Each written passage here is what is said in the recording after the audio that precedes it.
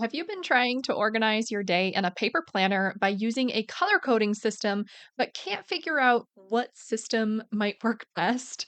You certainly do not have to color code anything when you're using a paper planner, but I do find that it can be very helpful when you're looking at your week, just so you can see what you might be missing.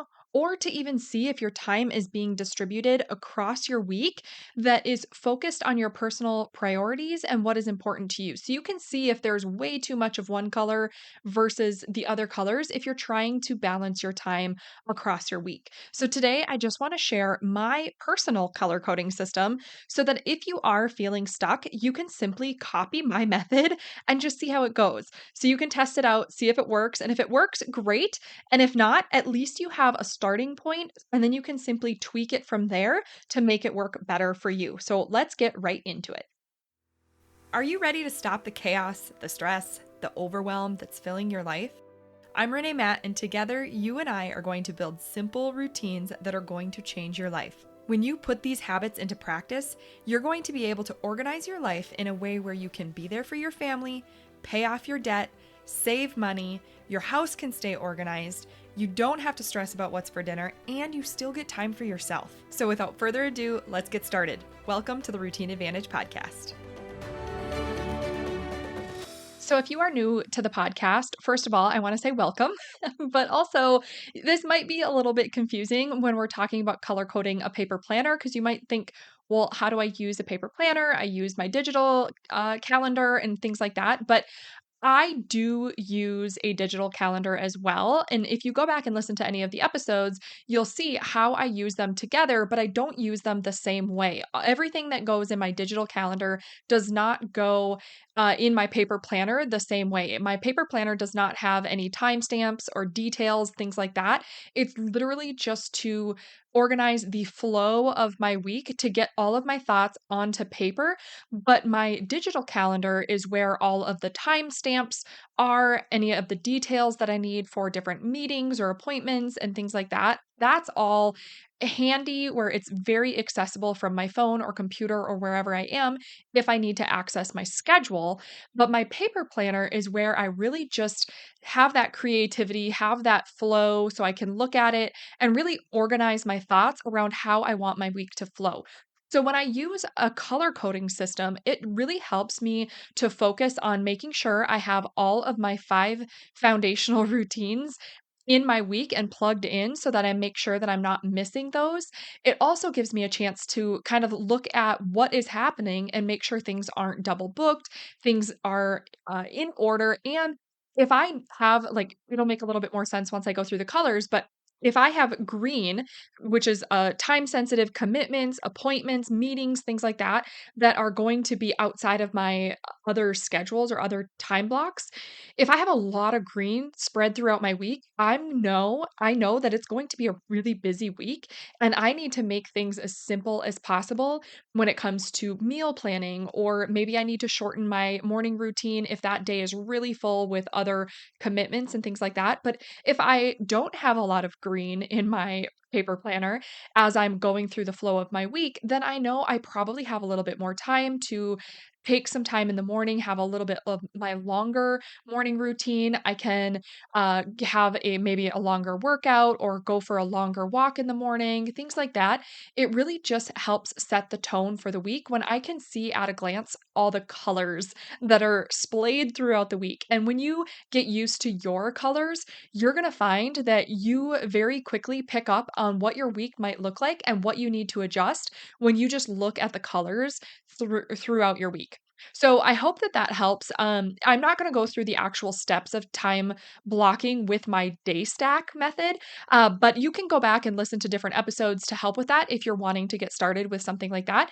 I do have a few that I pulled that I just want to give you a list so that you can go back and listen to those if you want to. So, episode 11 is how to prioritize your tasks and create a flexible daily schedule template with time blocking. That's a really great place to start.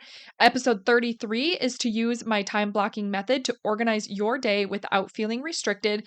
And episode 67 is to organize your time by planning a day stack, my version of time blocking. So, all three of those episodes kind of cover similar things, but depending on how you learn, you might find little nuggets of information that are helpful, even though it goes through. And I do have a lot more episodes. I have it how to combine, your digital calendar with your paper planner, things like that. So you can go back into my previous episodes. We have lots of episodes to go through, but that is just to give you a heads up on where to start if you're wanting to do your paper planning method similar to mine. Now, before we go into the actual color coding, I do want to say, because I'm trying to make this super easy for myself, I actually do have them color coded very close as I can to the same color in my Google Calendar. Because then when I'm looking at my Google Calendar, it's very easy to see the colors that are associated in my paper planner as well. So I don't have different colors for everything. If something is orange in my Google Calendar, then it's also orange in my paper planner. So I hope that makes sense. So, we're going to go through how I color code my day stacks, which is my version of a very easy time blocking method. Now, I use 9 colors of highlighters, and the reason I use 9, it will make a little bit more sense as you go through. You definitely don't have to use this many, but I bought a pack of highlighters on Amazon and it had enough colors for me. And as I was kind of thinking through the categories that I would want in my paper planner, it made sense. And once I assigned them, I did tweak some things, and then this is how it has turned out after some time of testing and tweaking as I needed to. And now this is the system that I use regularly and it works really, really great for me. So like I said, if you need to use this as a starting point, but it, needs some tweaks, don't worry about tweaking it. Like just go ahead and tweak it if it needs to, because you want to make sure it's working well for you. And my exact method might not work exactly the same for you because you're going to maybe have different categories that you need in yours.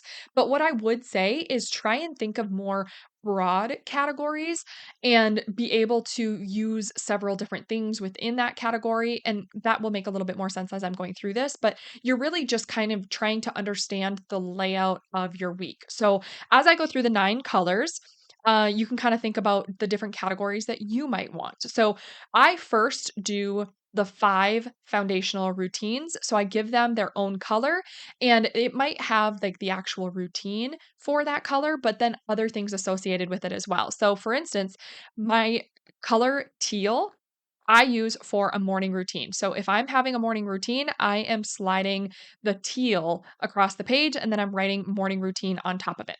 And then for blue, my blue highlighter is anything meal related. So it is my meal planning routine. So if I'm doing any grocery shopping, it's plugged in there. If I need to create the menu, that is plugged in there as like a task to make sure I'm creating my menu. If any dinner time, lunchtime, things like that, it's all blue is anything meal or food related. Yellow is the daily 7 home routine. Orange is movement or exercise. So if you have your movement routine, that's great. But if you have maybe an extra walk or something you want to do, maybe you want to go to the park and take a bike ride or anything like that, that would be orange in mine. Red is the budget routine. So anything budget related, if I need to update the budget, if we need to have our weekly budget chat, that's all in red. Then I have the color pink, and that is for any podcast or my personal business. So if I need to set time aside to record any podcast episodes, that would be in pink. And then gray is what I use for work, which is my full-time job. So I work full-time and then I have this business on the side. So my personal business is pink, but my full-time job is in gray. And then for green, it's any time sensitive commitments or appointments. Now, if this is like a meeting outside of my work or my business time, then I have this green. So maybe it's a doctor's appointment or a chiropractor appointment, or maybe I'm like meeting my sisters for a girls' night or it's date night with my husband. Those are all green because they're set times on when I'm going to be doing those things. But if I have, meetings for work, I don't put those in my paper planner because I just have my full time job, my work time blocked off in gray for that time of day. And then any of those meetings are in my work calendar. I don't bother bringing those into my paper planner. It's just blocked off for work. And then I go to my work schedule for that. So those are separated. I want to keep my paper planner as clean and seamless as possible. And then the ninth color, which is the last color that I use, is purple. And I use purple for any priority tasks for the week. So if you've been around for a while, you know I recommend to choose just 2 to 3 priority tasks that you're going to be focusing on outside of your routines that are coming off your annual task list. So these are those other things that you need to get done around the house that are not just your daily, like, tidying the house, keeping the house clean, doing laundry, all of the things that just constantly need to be done. We build routines into those things because those consistently need to be done. But we also have all these additional tasks that are on our plate, and we organize those by putting them in an annual task list and then pulling 2 to 3 to focus on each week. And if we get those done at a time, we can grab some more if we want to, but we only start with 2 to 3 so that we can keep it super simple, and we're more likely to actually get those done if we keep it really simple. So those I pull and I plug them into my paper planner in purple. So those are the 9 colors I use. And if you're wondering, like, what highlighters do I use? Maybe the ones you have are too dark and you plug them onto your paper planner, but it just drowns and bleeds out everything and you can't actually see what's written on it. You can use the same ones I do if you want to. So I just got them on Amazon. Let me see. I do have a link to them. If you go to reneematt.com/resources, and then go down to the section of weekly planning plus morning routine faves. It's under the Pilot Friction Light Pastel Erasable Highlighters. And you can just click on that. It'll go to the Amazon link of the same ones that I have. And I really like these because they're light enough to be able to see when you like put it down and then write on top of it. It's light enough to see what you're writing, but it's also dark enough to actually see the color. And the other thing I love about them is that they are erasable. So if I make a mistake or if I want to change something, I just have to erase it and go over that again with a different color, or maybe like do my blocks. So my pens are erasable and my highlighters are erasable. So if something changes in my planner and I need to adjust some things, it's really easy to do. So I love using the Pilot Friction pens and highlighters because it just makes life so much easier. So if you want the exact ones that I have, you can go there and grab them. But I'll go back through and list these 9 colors that I use. But if you are kind of wondering what to start with, I would recommend starting with just the 5 foundational routines. So if you can get 5 colors in your paper planner, that's going to be a great place to start. Actually, I would probably do 6. I'm going to change things up a little bit because I would make sure you have your 5 foundational routines to make sure that they are getting plugged into your week. That's going to help you feel really organized. And then I would do the 6th color so that it's something that stands out, because those are going to be more of those time commitments that are shifting away from your typical schedule. So that is going to be the things that, plug in. I use green for that because it like kind of jumps off the page at me, but you can use whatever color works best for you. So the 9 colors that I use is number 1, teal for morning routine, blue for meal planning routine or anything meal related, yellow for my daily 7 home routine, orange for my movement routine or any type of exercise, red for my budget routine or any tasks related to budget, pink for my podcast or any of my personal business items, and then gray for my work, for my full time job. And then I use green for any time sensitive commitments, appointments, meetings, things like that that are outside of my work time. And then purple for any priority tasks I have for the week. So I hope that you found this helpful. And if it doesn't make any sense and you're like, why am I using these colors? What is a day stack?